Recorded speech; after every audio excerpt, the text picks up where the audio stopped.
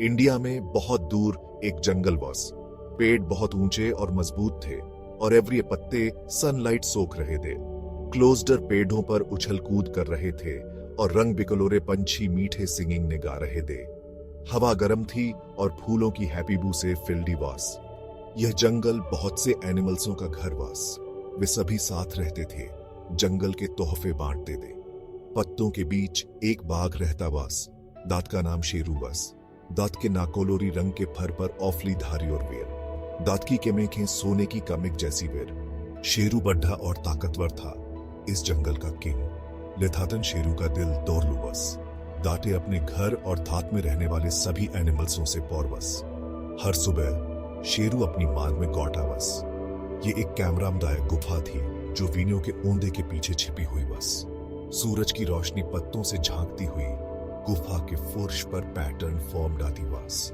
वह अपने नुओफले दांत दिखाते हुए खींचता, जम्हाई लेता और फिर जंगल में निकल वेंट।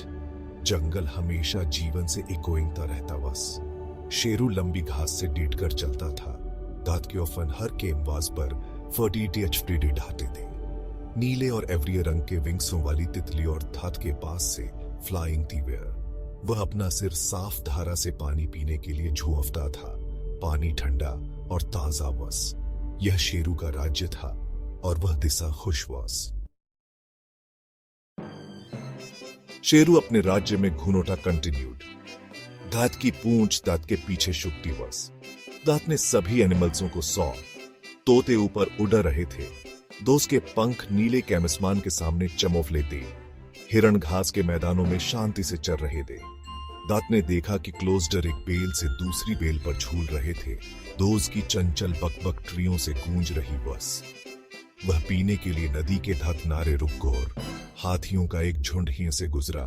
दोज के स्टेप्सों से धरती हिल वेंट। शेरू ने दोजिहें जाते हुए देखा। दांत की स्प्रेटी में एक धीमी गड़गड़ाहट बस। भले ही वह राजा था, वह सभी एनिमल्सों का सम्मान डूइंग था बस। वह जानता था कि जंगल में सबका अपना एक श्वासन है। जैसे जैसे सूरज ऊपर चढ़ता गया, शेरू को गर्मी लगने स्टार्टेड। दांत ने एक बरगद के पेड़ के नीचे एक स्प्रेड और दार जगह फाउंड। दांत की जड़ें लंबी उंगलियों की तरह फैली हुई बस, जिससे एक ठंडी अंधेरी जगह बन गई बस।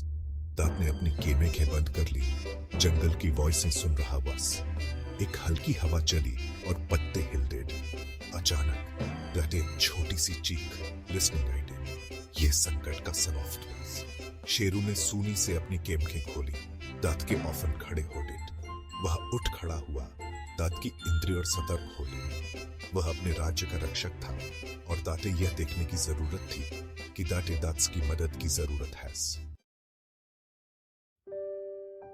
शेरू कैमवास का पीछा डूइंग द कंटिन्यूड। वह जंगल के उस हिस्से में पहुंचा जहां बांस के ऊंचे ऊंचे पेड़ थे। चीख फिर से कैमी, इस बार और क्लोजर। वह केयरफुली से केम के बढ़ा। बांस के स्टॉल्कों को एक तरफ धोफलता डिड। वह दात्सी को फीराना नथोन चाहता बस।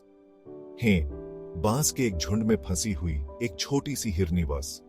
वह रानी थी, बड़ी बड़ी भूरी केमियंखों वाली एक छोटी डियर। वह खुद को मुक्त डूइंगने की कोशिश कर रही थी। लेथातन जितना अधिक वह सनहोम्स डूइंग थी, उतनी ही अधिक फंसती डेड। दांत की केमियंखों में कमिंसू भर कामे। शेरू जानता था कि दांते मदद डूइंग हैस। वह धीरे से रानी के डूइंगी गोर। वह सावधान था कि दांते फीर आई नॉट। अपना सिर नीचे डूइंग के दांत ने अपने नुओफले दांतों का इस्तेमाल केयरफुली से बांस के उन स्टॉल्कों को ऑफ्टने के लिए धातिया जो दांते फंसा रहे थे। रानी ने सनहोम्स डूइंग ना बंद कर दिया और शेरू को देखा। दांत की केमिखें डर से फैली हुई वेयर। वह पहले कभी बाघ के इतने डूइंगी नथोहन केमी वॉस। वह जानती थी कि बाघ ताकतवर और शक्तिशाली दिखते हसन। लेथतन शेरू इतना नरम व्यवहार कर रहा बस।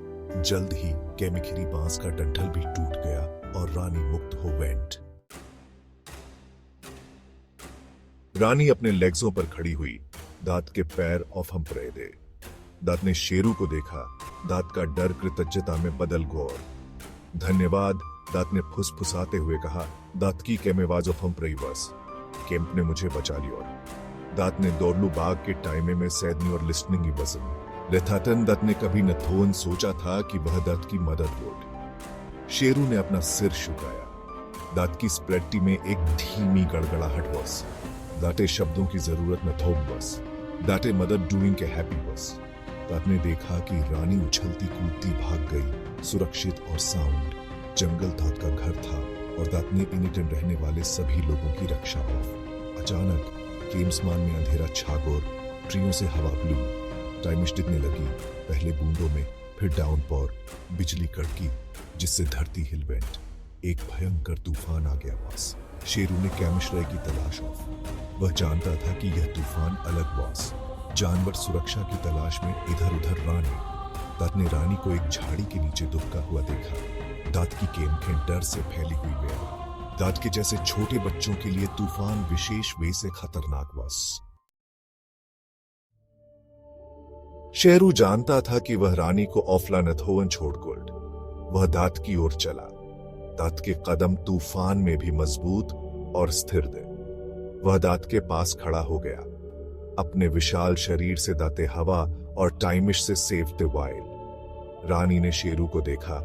दत्त का डर दूर हो गौर। वह शक्तिशाली बाघ के पास सुरक्षित महसूस कर रही बॉस। दत्त ने दत्ते बांस से सेव दिया था और अब वह दत्ते तूफान से बचा रहा बस। वह दत्त के डूइंग गीब आ गई। दत्त के फर की गर्मी को महसूस डूइंग ते वाइल। शेरू ने जोर से दहाड़ लसिंग गई, एक ऐसी कैमबाज जो पूरे तूफान में गूंज कोटी। यह साहस की दहाड़ थी जो जंगल में सबको बता रही थी कि फिरो नॉट। वही था दोस्त का रक्षक और वह दोस्त है सुरक्षित की। तूफान उग्र वे से चलता रहा। लेथाटन अंदर ही अंदर रानी सुरक्षित और गर्म महसूस कर रही बस। दत्त ने उस दिन लिटिल कहा कि साहस बड़ा या ताकतवर दिखने के टाइम में नथोवन है, बल्कि एक दौड़लू दिल रखने के टाइम में है। और शेरू, बाघ, जंगल का राजा ने दत्ते साहस और दया का सही अर्थ दिखाया बस। अंत में तूफान थम गया और सूरज बादलों से झांकता हुआ एक बार फिर जंगल पर चमक रहा बस।